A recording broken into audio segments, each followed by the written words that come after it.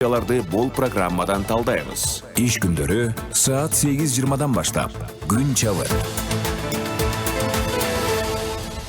Саламатсыздар, урматтуу Марал радиосунун угармандары. Эфирде Күн чабыт маалымат талкуу программасы. Бүгүн биз акыркы убакта коомчулукта кызуу талкууга алынган мугалим жана окуучунун мамилеси тууралуу маек курабыз. Бүгүнкү уктуруубузга республикалык педагогикалык кызматкерлердин квалификациясын жогорулатуу жана кайра даярдоо институтунун директору Алмаз Токтомамбетов менен маек курабыз. Саламатсызбы? Эфирге кош келипсиз. Саламатсыздарбы? Ошол акыркы болгон окуядан кийин сиздердин институтта кандай иштер жүрүп атат? Ошол жалпы эле бул окуядан кандай сабак алышты мугалимдер? Жалпы билим берүү министрлиги бул багытта кандай иштерди алып барып атат? Негизинен бул маселеге токтоло турган болсок, бул мугалимдерди даярдоого көңүл бөлүшүбүз керек да. Бул жогорку окуу жайлары 4 жыл 5 жыл окуганда ошол жактан бала менен кантип иштегенди, класста кантип башкарганды жана педагогикалык чеберчиликти өркүндөтүү негизи ошол жактан түптөлөт. Бизге келгенде биз 72 сааттын ичинде негизинен 3 багытта алардын квалификациясын жогорулатабыз, адистик чеберчилигин.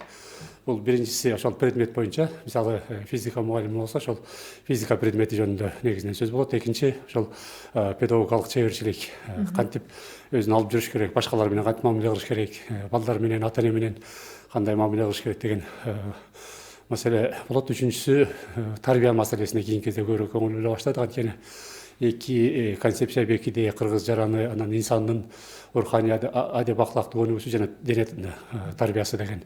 Чындыгында ошол баланын тарбиясына кийинки кезде көп көңүл бөлүнбөй калды да. Анан эми бул окуя боюнча министрлик териштирип, мугалим өзү атайын жыйындар өткөрүлгөн. Анан мугалим өзүнүн эрки менен арыз жазып кетип калды да жумуштан.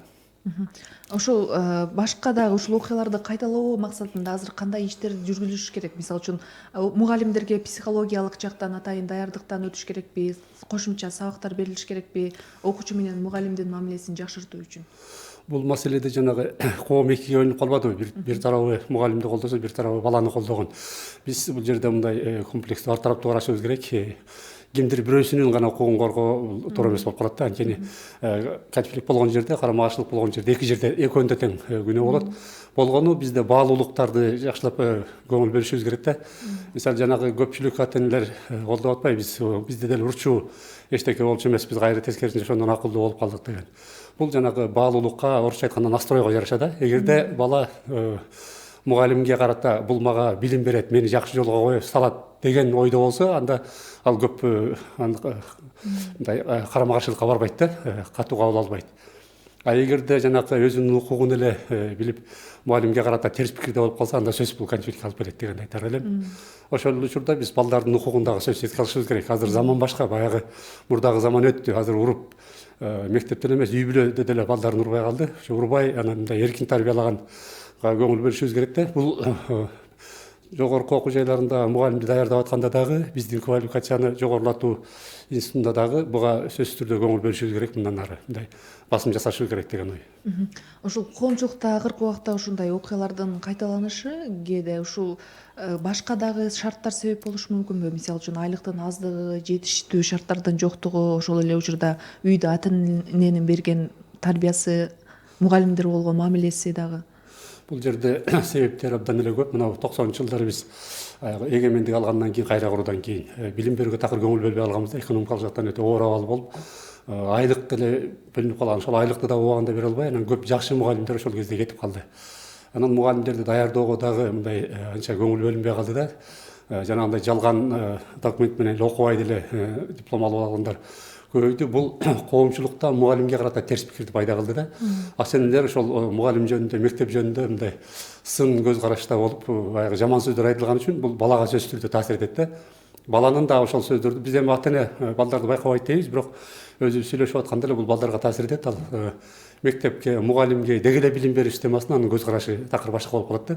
Бул мугалимдер тарабынан кетип калган, өзүбүз дагы мындай ошого орусча айтканда повод берип койдук да. Экинчи тараптан баягы мугалимди коомдо урматталбай калышы, айлык акысы, статусу, деги эле аброю жөнүндө, мугалимдер жөнүндө өтө эле мындай пикирлер начар болуп кеткендиги бул да сөзсүз түрдө таасир этет. Анткени мугалим баары бир адам да, ал деле психологиялык жактан дайыма басымда болот да. Дагы бир себеби бар, эми мына мугалимдерге биз өтө тапшырмалары көп, иштей турган иши көп. Мисалы сааттар кыскарды, бирок китептер деген материалдар ошол эле боюнча калып калды. Ошого жетишпей атып, кагаз иштери да көп да. Ошого жетишпей атып, абдан бир көп стресс алышат. Анан баягы саат кыскарып, материалдар калып калганда ошол саатты өтө албай атып эле жетишпей атып, ал тарбиялык жагына, адеп актылык жагына көп көңүл бөлө албай калды да мугалимдер. Ошону жоюш үчүн кандай, мисалы үчүн мугалимдерге эс алуулар уюштурулуп турабы? Ошол сиз айтып аткан стресстерден арылтуу үчүн мезгил мененчи?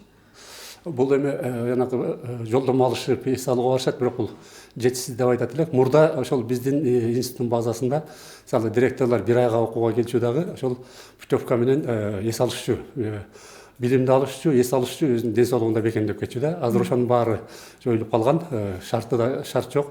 Биз айтат элек, эмне кылыш керек дегенде, биринчи кезекте биз программаларды кайра карап чыгыш керек, программаларды кичине жеңилдетиш керек да. Мугалимге эркиндик берип, мындай тарбиялык жагына, адеп актылык жагына көңүл бөлгөнгө басым жасашыбыз керек деп айтат элем. Мугалимдердин жанагы ашыкча түйшүгүн азайтышыбыз керек. Анан жанагы апрелден мугалимдердин айлыгы 50% көтөрүлөт деп атпайбы? Ошону менин жеке оюмда ошону 100% көтөрүп элем мугалимдердикин. Бирок акырын менен мугалимдердин санын азайтса болот. Анткени бизде жүктөм, жанагы нагрузка деген өтө көп. 1000 сааттан ашып кетет да жылына. Өнүгүп аткан мамлекеттерде, Финляндияда мисалы 800 саатын эле тегергенде, Россияда деле 800 саатын тегергенде. Биз кымышчы мамлекеттер эле эмес, дүйнөдө жүктөм боюнча өтө көп бул Кыргызстанда. Ошону азайтсак, мугалимдердин санында ошого жараша акырындык менен азайтып барып туруп, бирок айлыгын жогору коюш керек. Ошол 1 жылдык окуучулардын сааты ошол 1000 сааттан ашык экен, 1020 саат жалпылап алганда. Ошол окуучуларга дагы нагрузка болуп, сиз айткандай, алар дагы ошонун айынан стресске барган болушу мүмкүнбү? Бул түздөн түз. Анткени биз жана сааттарды көп коюп, кээ бир балдар көрүлүп атпайбы? Мисалы математиканы өздөштүрбөй эле чыккан балдар бар. Биз ошол математиканы анчалык жогорку деңгээлде балдарга беришин зарылчылыгы жок да. Мисалы бир класста 25 бала болсо, 5 өздөштүрөт, 20 өздөштүрө албайт. Ошол 20 дагы стресс алат да. Бул жөндөн жөн эле кыйноо менен бул психологиялык жактан дагы ага чоң бир сокку болуп калат. Биз жана профилдик багытка өтүшүбүз керек. Муну биз көптөн бери айтып келатабыз. Келечекте ким болот? Ошол предметтерди алар тереңдетип окуш керек, калган предметтерди жеңилдетип окуш керек да. Жалпы нагрузканы, жүктөмдү биз азайтсак, бул балдардын ден соолугуна дагы мындай жакшы таасир этмек. Азыркы ошол бүгүнкү өсүп жаткан жаш муунга кандай талаптар бар? Мисалы үчүн билим берүү системасы эски эле боюнча азыркы жаш муунду Z муун деп айтып коюп атышпайбы? Булардан ошол бүгүнкү муунга жооп береби азыркы берип аткан эски системанын билим? Негизи билим берүү системасы бул алдыга ориентир алыш керек да. Жок дегенде 5 жыл алдыны караш керек. Бирок бүгүнкү күндө билим берүү чынын айтыш керек. Алды эмес, бүгүнкү күнүн өзүнө талабына жооп бербей алган учурлар деле көп да. Биз жана мугалимдер жөнүндө сөз болуп аткандан бир чоң проблема бар бизде. Мына Улуттук университетте, Бишкек гуманитардык университеттеринде булар адис даярдайт, мугалимди даярдабайт да. Мисалы, тилчи болсо лингвист деп даярдалат, алар практикадан өтпөйт, мектепке барып иштешпейт. Ал жөнүндө эчтеке түшүнүгү жок. Бирок алардын бүтүрүүчүлөрүнүн жарымынан көп эле мектепке мугалим болуп орношуп калып атат да. Алар үчүн өтө эле оор болуп атат да. Мисалы, элестетип көрүңүз. Ошол окуп жүргөндө бир жолу класска басып кирбесе, бир жолу журналды ачып көрбөсө, бир жолу балдар менен иштеп көрбөй эле анан барып мектепке кирип калганда өтө чоң мындай бир алар үчүн кыйынчылык сокку болуп атат да. Анан экинчиден биздин жогорку окуу жайларда даярдалып барган студенттерибиз деле биринчи барганда абдан кыйналып атышат. Ушул жогорку окуу жайын даярдоодо мына практикалык жагына өзгөчө басым жасаса да. Жана врачтардай болуп ошол дайым эле мектепте жүрүп, кадимгидей сабак өтүп, анан мектепке барса. Ошол азыркы болуп аткан жаңжал, мугалим менен окуучунун ортосундагы жаңжал жалпы коомго кандай таасир этиши мүмкүн мындай окуялардын кайталанышы? Бул эми албетте коомдо мындай биринчиден бөлүнүүнү жаратып койду. Бирок биз ушул кыргызда сөз бар, жаман айтпай жакшы жок деген. Ушуну биз туура пайдалансак болот да. Ушул окуя аркылуу деги эле өкмөттүн, бийликтин, коомчулуктун, ата-энелердин мектепке болгон мамилесин, мугалимге болгон мамилесин эгер биз туура талкуу жүргүзсөк, ошол жака бурсак болот да.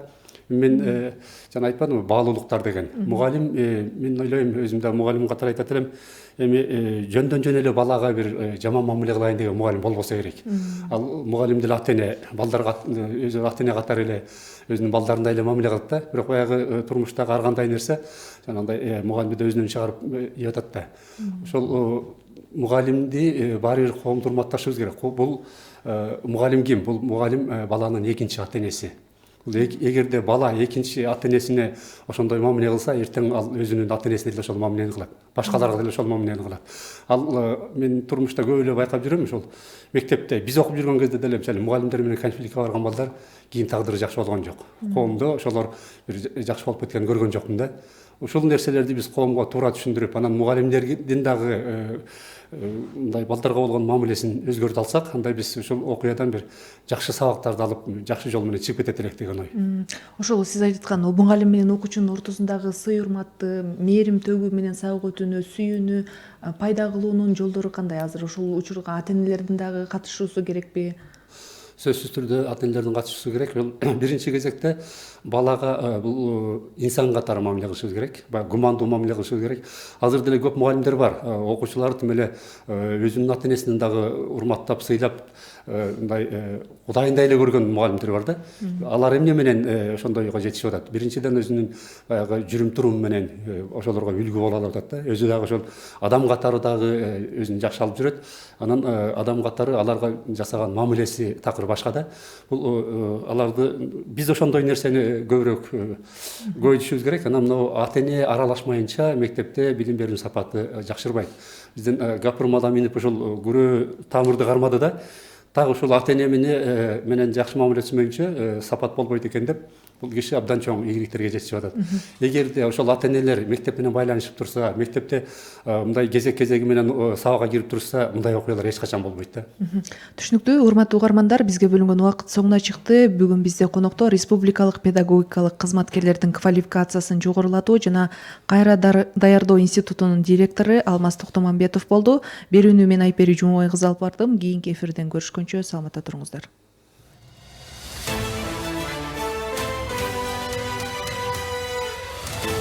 Коом, саясат, экономика, маданият. Бул биздин турмуш. Жашоо агымынан артта калбай, күндөлүк жаңылыктарды, коомдогу ар кыл окуяларды бул программадан талдайбыз.